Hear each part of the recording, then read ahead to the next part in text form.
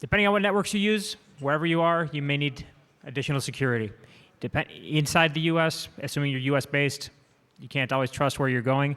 Outside the US, whether it's something as simple as just checking a news report or something a lot more sensitive, you always want to make sure that you have optimum security. Sometimes just to protect from something embarrassing, other times it can be a much more serious situation. Our next two speakers are here to discuss using travel routers to increase your security on the road. And here they are, Ryan Lackey, Marc Rogers.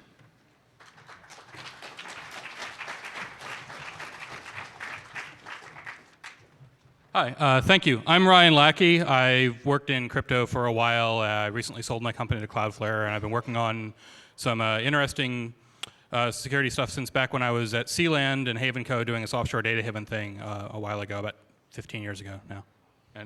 And I'm Marc Rogers, and I'm Marc Rogers, and I break stuff. Cool. So we're going to talk about using travel routers to hide your traffic and safety. We're going to go over basically why you want to hide your information, some principles of OPSEC. We work a lot with the Gruck, who's really big into applying OPSEC to hacker tradecraft. We're going to show some pretty serious OPSEC fails and people who got burned by them. Some of what the technical threats are that you can face, things that can be countered by OPSEC, things that require more technical countermeasures, some of the existing tools and countermeasures to those tools. And then we're going to introduce travel routers and how to use those travel routers to hide. So probably don't need to really put too much time into it, but why do you really want to hide? There's a lot of reasons. We've seen the last couple, maybe 13 months, it's been very, very clear that there are global monitoring systems in place, NSA, GCHQ, but don't forget about the old threats, China, Russia, all sorts of other people monitoring a lot of global traffic. You don't want to get flagged. You don't want to be special. Like, you really don't want special treatment. You want to be completely a normal person that nobody really takes interest in, because the interest they take in you is not usually very good. And there's good reasons just care about privacy. Like, you don't really want, you just personal, like, innate desire for privacy. You're not necessarily somebody who's doing anything really illegal. You're just sort of this normal person. And you've got to prevent some basic threats. You want to prevent, there's a principle that if you have a lot of individual things that are themselves not terribly sensitive, but you put them all together in one place in a big database, that collection of stuff is much more sensitive than any of the individual things.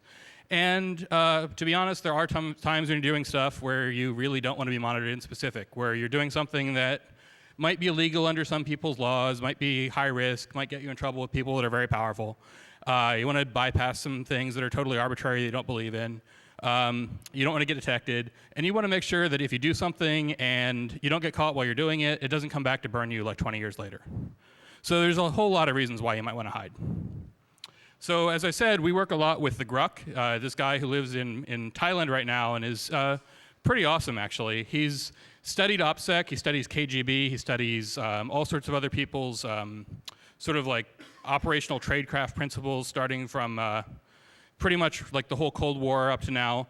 And he also is a fan of Biggie Small's 10 Crack Commandments, and he converted it to the 10 Commandments of OPSEC. And they're here for you. They're pretty clear. They make a lot of sense, so you should follow these. And then the big question is, what happens when this goes wrong? This is a sort of benign case of when it goes wrong. I don't know if anyone remembers back in 1992, the US invaded a country in the CENTCOM area.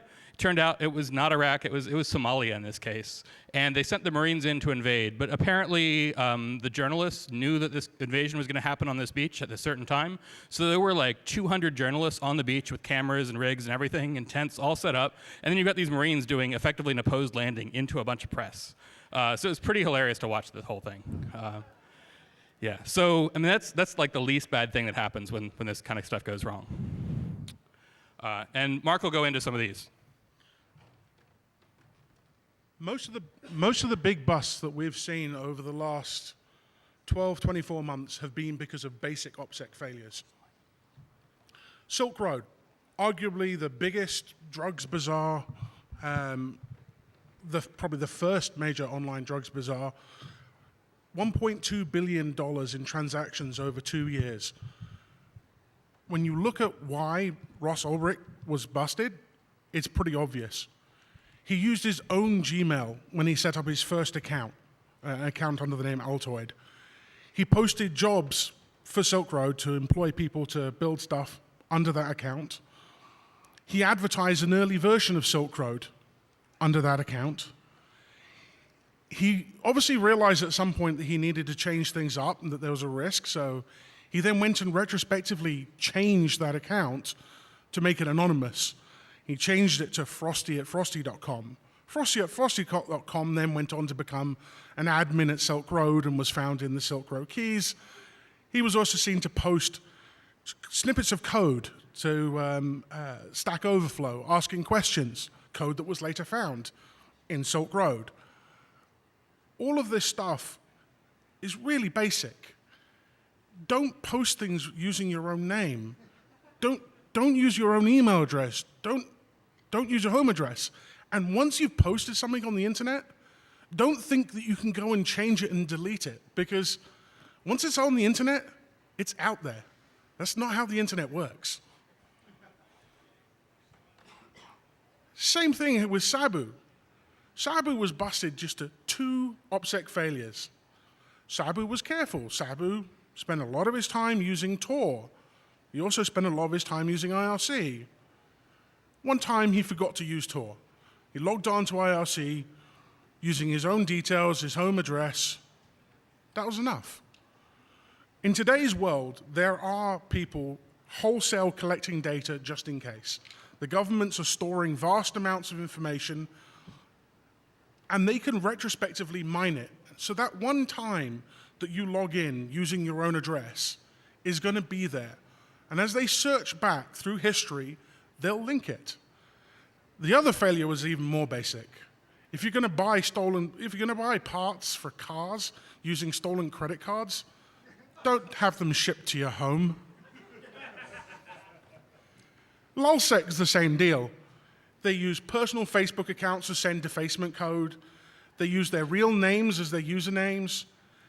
They never compartmentalize their stuff.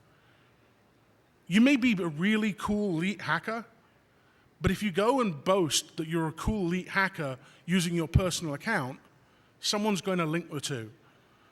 Separate business and pleasure. Separate your illegal activities from your legal activities. And finally, the jury's kind of out on this last one, Marc Karpelès. I know if anyone here thinks he's innocent, whether he's guilty, but what I do know is when he posted saying that Mt. Gox had been hacked, that it had been taken down using the Bitcoin malleability attack, and that he only had 2,000 Bitcoins left, I and a couple of friends did some very rudimentary tracing using some accounts he'd used before. I don't know if any of you remember when Mt. Gox had its solvency issues the year before, but Marc Karpelès moved around some cash to show that he was actually solvent.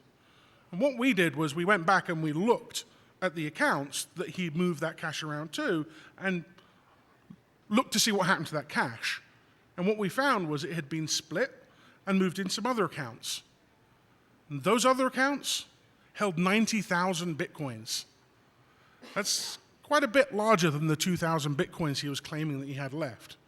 And lo and behold, when that accusation was put to him, he suddenly found another 200,000 Bitcoins that he had forgotten about in a wallet. If you're going to steal money from people, at least be smart and try to launder it. Cool. So what are the common mistakes and vulnerabilities that we see that are sort of in common from all these things? I mean, of course, the big threat is always insiders. Either there's infiltration of your organization or somebody gets turned. You bust somebody for some minor thing and then you tell them, oh, you're going to go away for 2 or 3 or 4 times longer than you could ever possibly stand, and they roll over pretty fast. Sometimes people just make mistakes. The problem with OPSEC is you have to get it right pretty much all the time, perfectly. And you make a minor mistake when you're up late at night or when you've done a lot of stuff or something complicated, and it's all gone. It's an all or nothing thing, and you can lose it all in an instant. And then there's data leakage. Just the problem is people are collecting and organizations are collecting such huge volumes of data that it's no longer a case of they have to be looking just at the right time when you mess up. They've got everything. So if you mess up one time, even if they don't catch it then, they'll look and they'll find it.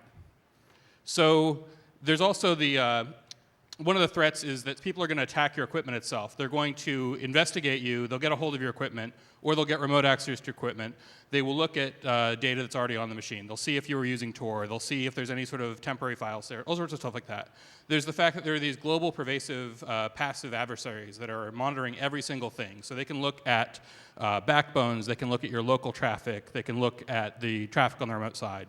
The fact that you might be connecting to servers that are operated by people that are in complete cahoots with whoever your enemy is. If you are connecting to a server in some foreign country, the government in that country is totally on board with the company, is much more likely to side with the organization of the server than you. So if you're sort of like some internet freedom fighter that's going after some infrastructure in, say, Syria, the Syrian government is pretty much, Syrian government, Syrian telco, all those guys are all pretty much one organization. And you might build a threat model around resisting passive threats that works pretty well for you.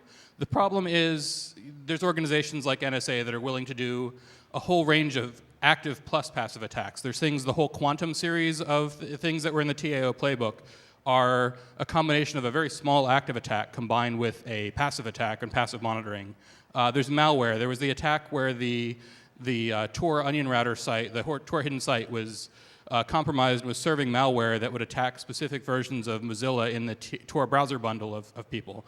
And there's the fact that they go after the security controls first. They remove your protection first, and then they can unmask you. And then there's, of course, the physical and financial audit trails, all those Bitcoin transaction records, Bitcoin being much more anonymous than a lot of the conventional financial systems. So if you touch money at all, there's usually an audit trail, and it's a very strong audit trail. So what are they looking for? When someone gets hold of your equipment, the first thing they're going to look for is the low-hanging fruit. They're looking for network logs, content, metadata. The reason it's seen as a low-hanging fruit is it's really easy to collect. You're generating metadata every time you use your machine.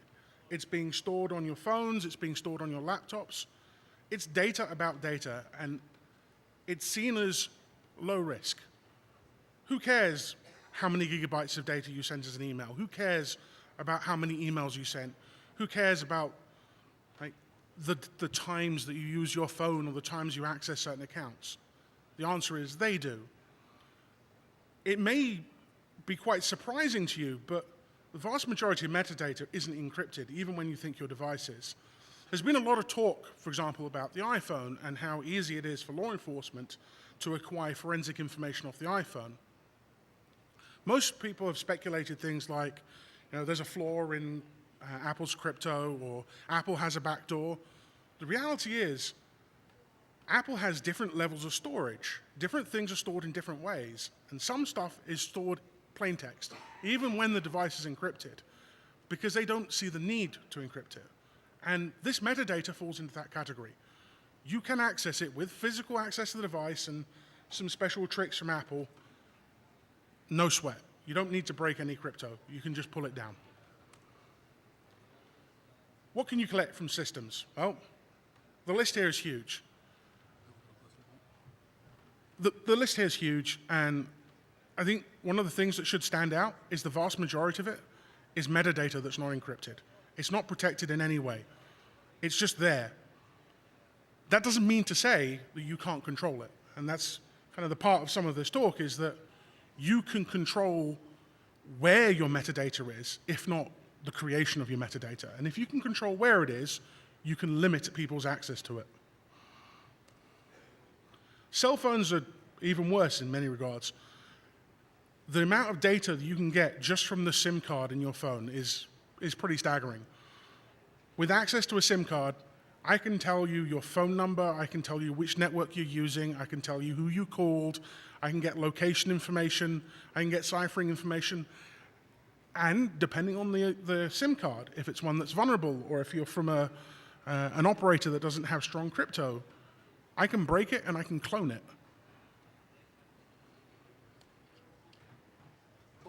So we're basically in the golden age of signals intelligence. It used to be this really hard thing that was only directed against foreign governments and foreign militaries. Now it's kind of something you can do yourself, or that's so easy for governments to do. The marginal cost of each additional target is so low that they can do it pretty much to everybody. SSL still isn't pervasive. I'm actually working on some stuff personally with some people to get SSL much more widely deployed. There's still like single-digit percentages. Let this sink in. Over the last 12 months, since Snowden's revelations, encrypted traffic has tripled, if not quadrupled in volume. It's gone up from 1 to 2% to 6%. More than 90% of the world's traffic is unencrypted. Why? And then big data makes, once you have all this data in one place, once you've gathered it, it used to be infeasible to search. Now it's kind of something people do just to target ads better, so it's easy for the government to do with even more money and less profit incentive. Cool. Okay, so there's some specific information that's interesting about monitoring IP networks, which is something I care a lot about. IP networks are great, you use them all the time, but even if the data is encrypted that you're sending, you still have to leave a lot of metadata. There's some essential routing information that you just can't hide. There's the IP addresses, source destination, ports, the sizes and patterns of your flows, traffic type. All this stuff is essentially like part of the addressing information. You can't get rid of it or it'll stop working.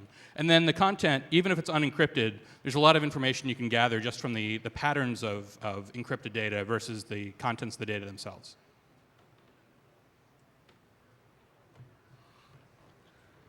Obviously, if you have access to cell phone equipment, you're going to get even more. As somebody who has access to the operator network, you can get pretty much the keys to the kingdom. You have call time, duration, call-on-call party. You have a rough location, not necessarily precise unless it's transmitted, although that is accessible with the operator's cooperation. You have data traffic, SMS traffic, and voice calls. Over the air, it's a little bit trickier. You can get the IMSI. Everyone's heard about IMSI catchers. They're being deployed everywhere at the moment. What most people don't realize is just how sensitive the IMSI is. The government treats the IMSI as unsensitive metadata. You don't need a warrant to seize it. Stingray devices are being deployed all over the place. The reality is the IMSI is a unique identifier that's attached to you as a cellular subscriber. With the IMSI, I can track your phone. And it doesn't take a lot of equipment to do that. A colleague of mine, Kristen Paget, demonstrated at DEF CON that just for a few $100s, you can build an IMSI catcher to track people. The reality is it's actually got even cheaper, because now we have these things called femtocells. And what a femtocell is a cell base station in a small box. It's the Wi-Fi router equivalent of the telco network. And these things aren't secure. Well, some of them are secure, but they're not that secure. And if you route a femtocell, or if you modify it in any way, you have a cheap IMSI catcher. In fact, more than that, you have an active base station attack. Something that previously you could only buy for $200,000, now you can buy at Walmart for about $100.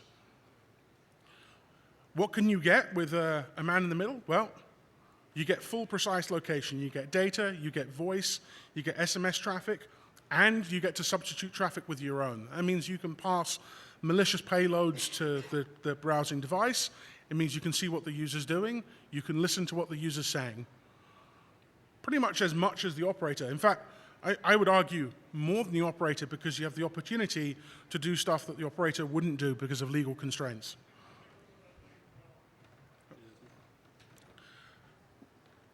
A couple of years ago, I went out to China to take a look at the deal of what was going on there and exactly what the Great Firewall of China is like.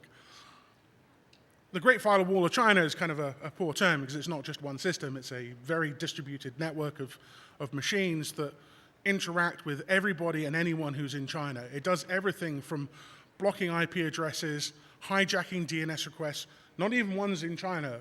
If you come too close to Chinese IP space, they will substitute some of your requests. It filters by keyword. It does deep packet inspection for plain text, looking for forbidden words or forbidden strings. And most recently, in 2011, it developed the ability to look for Tor.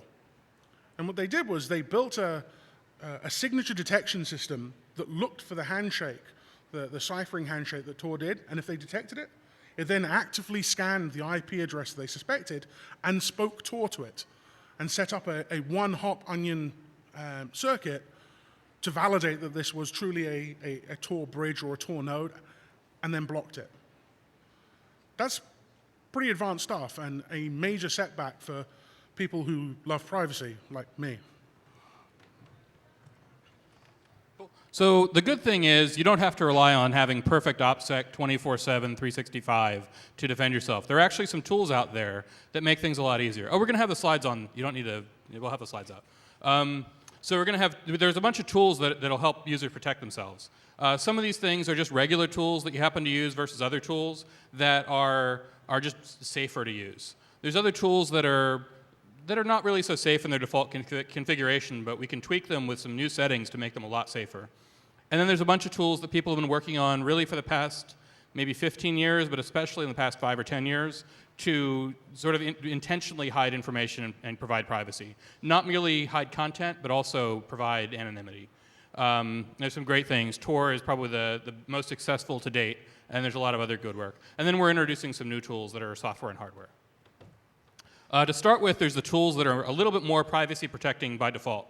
There's some basic characteristics that will make a tool, I would say, generally more privacy protecting or at least amenable to privacy than other tools. Message-based systems like email versus chat or email versus live stream, things like that, are just generally much easier to secure. You can add latency. One of the big attacks on all these systems is you can correlate when someone's online, when they're using the traffic, and when their traffic is spiking on their local network link with a remote node. If you send email, there's less of a direct correlation, especially if it's got intermediate systems. If you've got a peer-to-peer system, it's decentralized. You don't have a single organization that has everybody's records to go after legally or extra-legally or illegally. And it's also why Bitcoin is so awesome compared to a lot of the existing financial systems.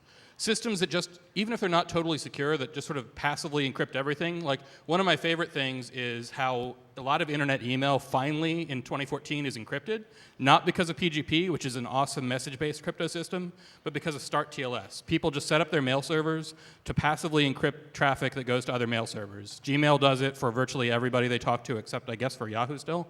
Everybody who runs their own mail server should do this. It's not at all secure against an active attacker because there's really no PKI for it or anything, but against a passive adversary, it's great. So that's an example of where just sort of pervasive, passive, kind of weak encryption helps you, and then you can layer better systems on top of it. And then stuff where data and executable code are distinct is really, really important for a lot of security, and a lot of the violations of privacy of user data happen when security is subverted by an active, passive hybrid system. So those are all really important principles in general. One of the things that's actually really awesome, that's sort of one of these sort of like accidental benefits that come from something else, is that cheap hardware itself helps you a lot. If you have to worry about securing your hardware, so there's the standard for the DoD for like how you can declassify a hard drive. Essentially, it is you physically destroy the hard drive. We've basically completely given up on the ability to take a hard drive, delete data from it securely, and reuse that drive. You run it through a shredder. So the fact that the military has this crazy huge budget of like $800 billion a year lets them do that with top-of-the-line equipment. I could never do that with my personal equipment until now, where I can buy a laptop for like $200, and I can dedicate it, use it for a couple weeks, use it for a couple months, and then once it's served its purpose, I can get rid of it. Disposable hardware lets you dedicate things to tasks, so you don't have to worry about how you securely handle multiple projects on the same machine at one time. You just buy a couple separate machines and use those. And phones are even cheaper than laptops. You can buy phones, like pretty soon phones are going to be included for free with like Serial that are like unlocked phones, but you can get a smartphone now for like $50, $100 for a decent phone. So that's getting pretty crazy. And then there's the model of running live systems out of memory where you're not actually writing anything to disk. Makes it a lot easier to secure stuff. If it's never on the disk, it's never available to anyone else to attack. One of the problems here is, of course, getting access to this hardware. It doesn't do you a whole lot of good if you're leaving like a network monitoring device in somebody's location. If it's got a serial number and you can trace where that thing was purchased with your credit card shipped to your home address. So you want to be able to buy your hardware in a non-attributable way. Bitcoin is really awesome for this. As we saw with Sabu, there was the problem where he had some stuff shipped to his house that he shouldn't have had shipped to his house. With Bitcoin, you of course want to buy it through like local Bitcoins or something, but there's that. There's a myth that Bitcoin is completely anonymous. It isn't. Because the transaction ledger is public, unless you take steps to hide your transactions in the cloud of other things going on, It's actually not too hard to trace what's going on. But the reality is the steps that somebody like Marc Capelli should have taken is things like Bitcoin tumblers, proxies that will hide your transaction in a cloud of other transactions are accessible and available.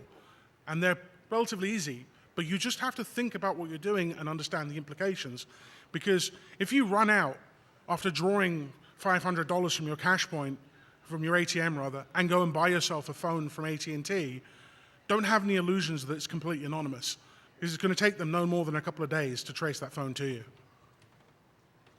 And then the third part of this is the disposable accounts. So you dedicate an account to a single task. You don't run your personal email and use that to contact people for your hacking thing. You chain systems. You do all sorts of stuff like that, which is basically good OPSEC principle. The problem is it's a bit of a pain to manage all this kind of stuff. There's also VPN technology. So VPNs are kind of near and dear to my heart because I ran a VPN provider for a lot of last year, and we shut it down after the LavaBit fiasco because of some security issues or some legal policy issues that became very apparent. But you've got SSH, you've got a bunch of free VPN services you can use, commercial services that are falling to like almost $0 in cost, and then you can of course run your own VPN. The problem is they're not really terribly good for anonymity. They're really not anonymity at all. You can use them to support an anonymity system, but on their own, they're not at all anonymous. They're not end-to-end. Some of them are run by really sketchy people that like to log all your traffic and do all sorts of bad stuff to you. And a lot of them are blocked. Like, I've been trying to get Chinese users to connect to something, and it's sort of a cat and mouse game. And then you can leak data. Like, if you've got a VPN for some of your traffic, but not all of your traffic, it's often that traffic that goes around the VPN that's really interesting. Also, same as with the burner phone, don't fool yourself into thinking that you can buy a VPN service with a credit card and then go and use that VPN service to do illegal things. Because, I mean, come on, really? The same thing is, the more public a service like that is, the less likely that it's going to fly under the radar. So if your purpose is to find a service that's going to allow you to punch through some kind of national firewall, such as the Great Firewall, then public VPN services probably aren't going to help you because their nodes are being shut down almost as fast as they're setting them up. So one of the best tools that's out there today is Tor. Correctly used, it will keep you anonymous, I believe, at least until it hits the exit node. And it generally works. I use it. It's a great tool, but it's got some disadvantages. It's easy to block if you know the signature. A lot of people are looking at it because it's a really interesting academic project as well as a useful tool. It's not terribly performant, and it's pretty complex. So there's a lot of potential for error, especially if you run it on your local computer with all of your sensitive data on it, not dedicated to the task. DPI and active network analysis are the greatest enemy of it. And luckily, the Tor community has a lot of great developers that are working on ways to mitigate these disadvantages. The best thing is actually to run like format transforming encryption or pluggable transports to change the way that Tor traffic looks to the outside world as it transits. They've been working on this for, I think, 3 or 4 years now, at least, and it's pretty effective, and we'll go into that. So what the Tor project realized is that we're in a world where we have access to tools that can analyze big data. We can now take huge swaths of data and look for signatures, patterns. We can look for ways to attribute the types of services sending these things. And that means that for our traffic to stay hidden in this giant cloud, it has to become a moving target. We have to come up with ways either to hide the tree in the forest, or we have to come up with ways to make sure that the tree is constantly changing shape so that when they look at it, it's a bush, now it's a blade of grass, now it's another tree, now it's a bush, and that way no one can pin it down and track it. And that's where the pluggable transport concept is fantastic, because it's dynamic. It means you can load different modules. Right now, there's 7 live pluggable transports that you can use with Tor. There's OBFS proxy, there's flash proxy, format transforming encryption, scramble suite, Meek, OBS4, OBFS client, and then I think there's like 3 others which are coming live. OBS4 is by far the most popular, although format transforming encryption is probably my favorite. OBS4 is basically just an encryption layer on top of Tor TLS. It negotiates the session keys and encrypts everything between the client and server with no plain text headers. By stripping out the plain text headers, you remove the opportunity for signature detection. It's just random data that they see, makes it very difficult for them to say, this is anything. It just looks like noise. There's a visual representation here which shows the difference between ordinary Tor traffic and OBS3 traffic. I couldn't find a representation for OBS4. Essentially, it just adds additional layers onto it, but packages it inside an encrypted tunnel that makes it impossible to see. Scramble seat is another transform which aims to make it look like uniform random bytes. Similar to OBFS, it offers a few, but it offers a couple of extra features. It randomizes the size and the timing of packets, and the server also resists active probing by requiring a secret key from the client before it will respond. This is in an attempt to resist the active probing done by the Great Firewall and other sensor systems that are coming online. Flash proxy allows the creation and utilization of very sudden, short-lived JavaScript-based proxies. They don't do much to try and hide it, but they set it up in a way that you can just create a cloud of browsers and have them just create a Flash network very quickly, put it up rapidly. Doesn't matter if it gets found, because hopefully you've used it by then and it can pop up another one, and new ones can come up as fast as old ones are taken down. Format transforming encryption is my favorite. This encodes data in a way that it matches an arbitrary regular expression. The idea is they've looked at how most of these censoring systems automatically identify traffic and attribute it to a type of traffic. Most of the time it's just a regular expression that looks for particular byte sequences or looks for particular keywords, and they map it to various things. So the example you can see below is they've encoded the Tor traffic so it looks like SSH traffic. It's not perfect. It doesn't stand up to manual scrutiny, but it does fool automatic systems.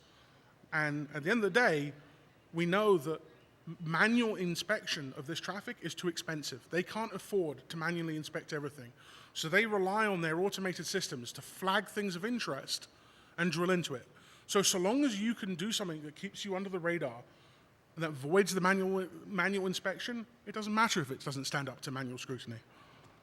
And one of the disadvantages for the attacker is that those automated systems have to run incredibly fast. They're running on 10 gigabit Ethernet links, multiple links, and they can't add too much latency to the system. They have to be reliable and everything else. I've worked on a high-speed proxy that needs to do the same kind of thing, and we were about microseconds. So you really don't have a lot of processing time to do this kind of pattern matching in IDS.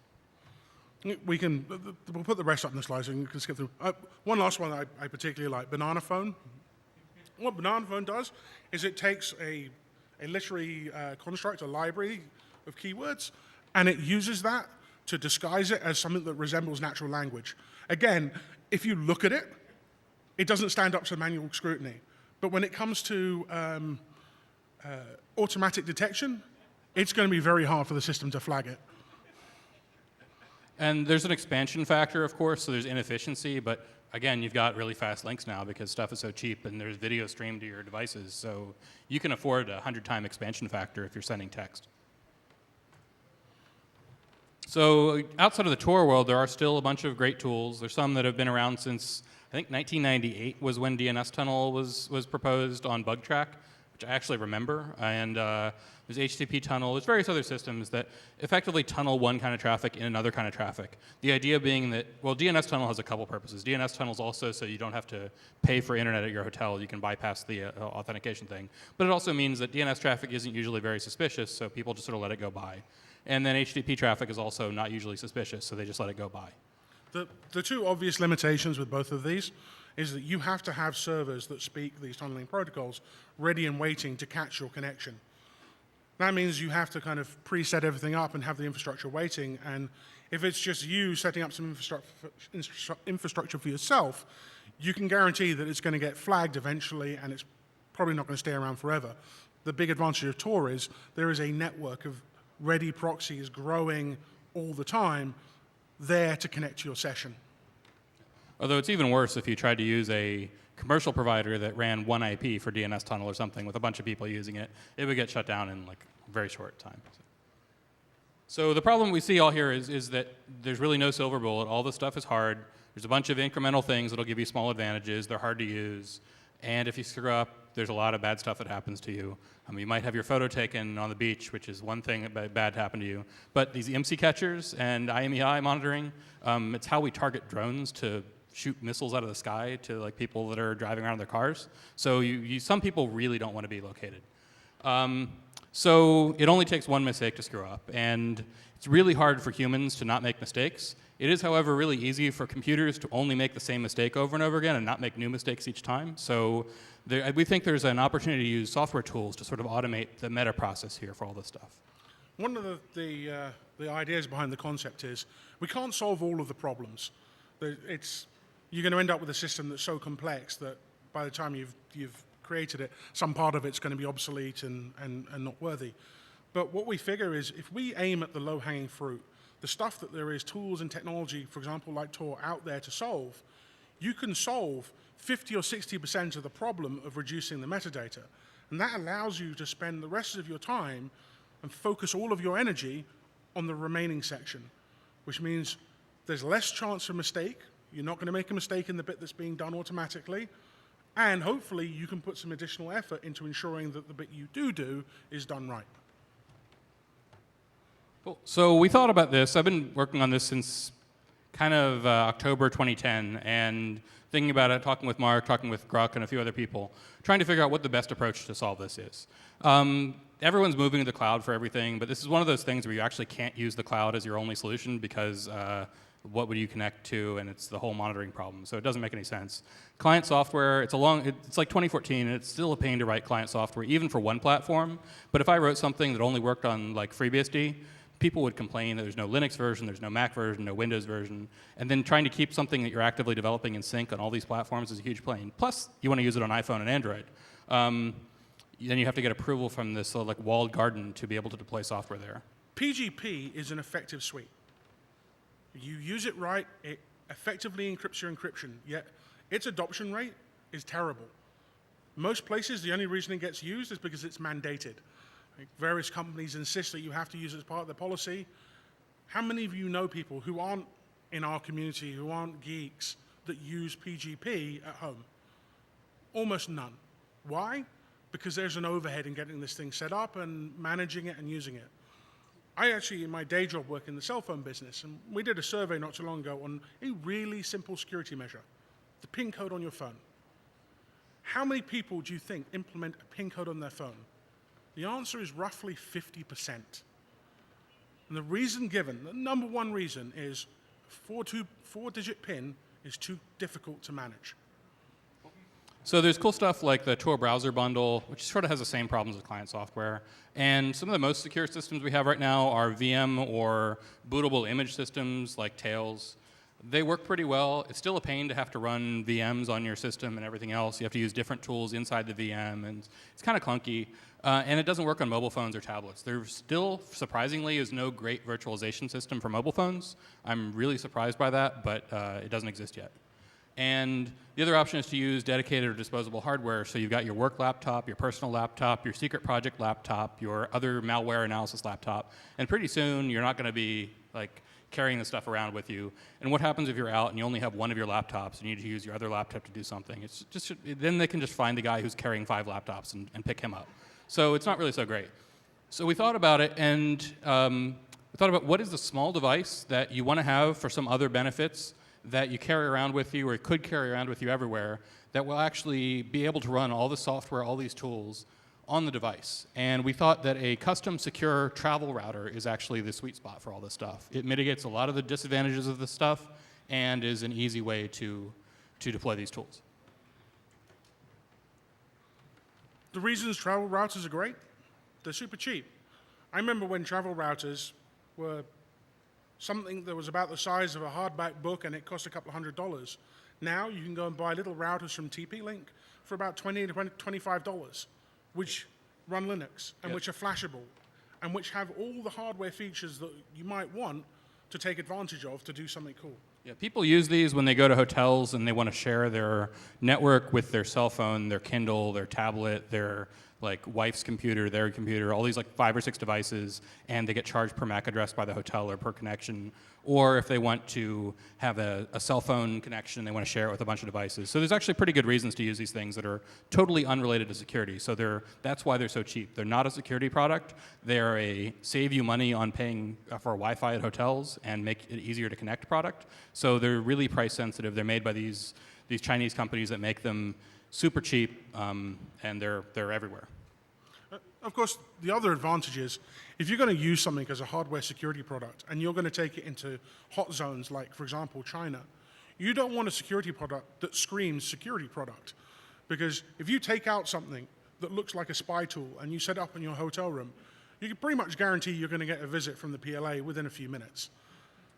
Using something that almost every other business traveler has, or at least looks like something that every other business traveler has, and stands up to some reasonable scrutiny, is a massive advantage. And the other advantage for us is that they're actually really easy to program for. They're system on chip, they're Linux-based, there's OpenWRT, there's DWRT. They're really simple to work. They're not as simple as like general purpose computers, but they're still pretty simple to work with. You can't really self-host the development environment, but if you're familiar with Arduinos and with Raspberry Pis and things like that, then it's pretty easy to do all this stuff. So we weren't the only people who ever came up with this idea. There's actually several projects in this space. Of course, there's the Pogo Plug, which is sort of like a plug-in wall wart kind of company that used to be for sharing USB drives. They came up with something called the Safe Plug, which is a device that's not really portable. It's designed for home network connection. It runs basic Tor. Doesn't do pluggable transport. It's pretty basic. I've never actually seen one in person. There's the Onion Pi, which Adafruit, which is this awesome New York-based hardware hacker company, has. It's really a Raspberry Pi plus a bunch of other stuff. And as far as I can tell, it's as much a learning tool for people to really experiment with the Raspberry Pi to do a practical thing as it is a finished product. But it's a pretty awesome tool. It's very configurable. You should totally check it out. And then there's Portal, which the Gruck, this awesome hacker, came up with. I think 2011 was when he started working on it, maybe a little bit before. Basically, he started out really focused on Tor and pluggable transports. And when I found out this thing existed on the internet, I mailed him and I met up with him a couple times and talked with him about it. It does a lot of what I want, and it's a lot of the hardware that I want, but it doesn't really have all the tools. So he was limited in his bandwidth to sort of work on the tools. So we worked on it together, which is great. But it didn't do enough, so we hacked it. And now? So we've been working on it for a while. It's basically dedicated hardware. It's a Qualcomm Atheros AR9331 chipset with 64 megs of RAM and 16 megs of ROM. It's a pretty low-end computer. It's a 400 megahertz, like MIPS 24K, but for what we need, it's pretty awesome. We built some images for it. It's got Ethernet ports, USB ports. The idea is that it has multiple network interfaces, some of which are on the high side or the unencrypted side, the raw data side, some of which are on the public side where only encrypted traffic is going, so you can keep those separated in the device itself. It's got a USB port, so you can plug in a 3G or 4G modem. The cool thing when you go to China is you can actually buy or rent or buy a cheap USB modem plus like a week of service for like $20. So instead of worrying about roaming cellular phones, you just buy one of those things, plug it in, and use IP services for everything. And rather than just working with Tor itself, we added a lot of other transforms and tools to it. So we built a GUI for it, make it manageable, everything else. The idea behind it is to take all of the flexibility and simplicity of a travel router, the power of something like Tor, pluggable transports, and to make it really easy to use. So you can simply go in, set it up, choose which transports you want to use, enable them, and run them.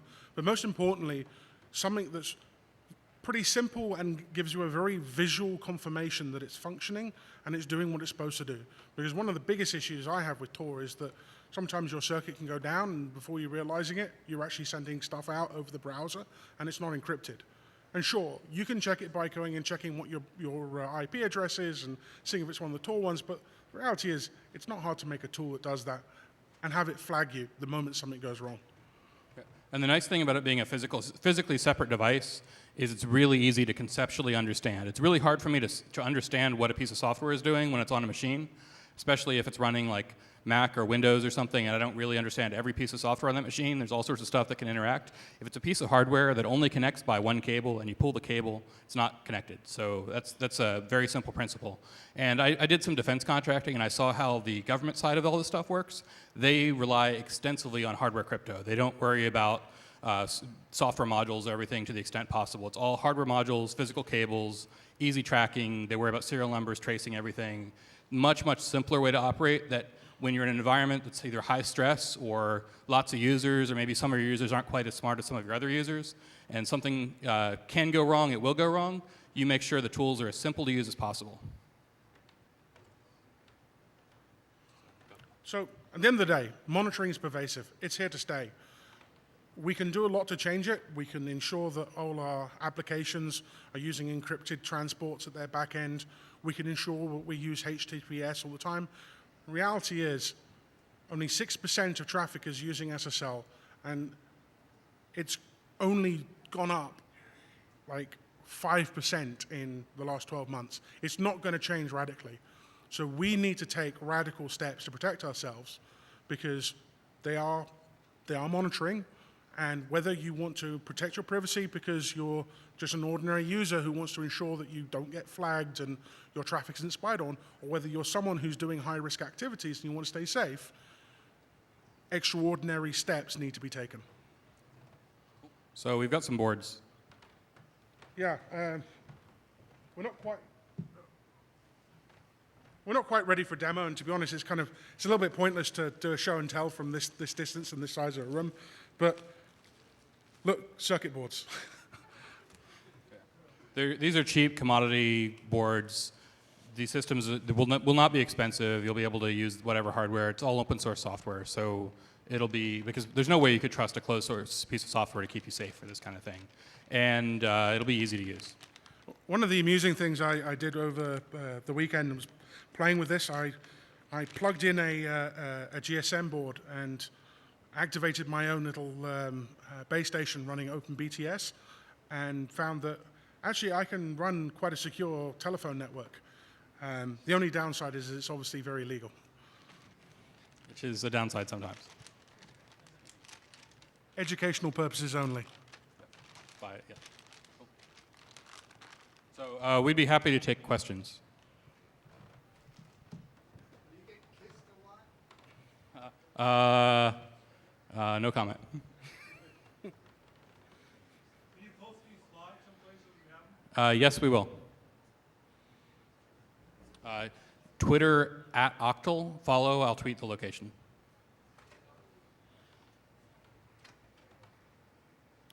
Thank you very much.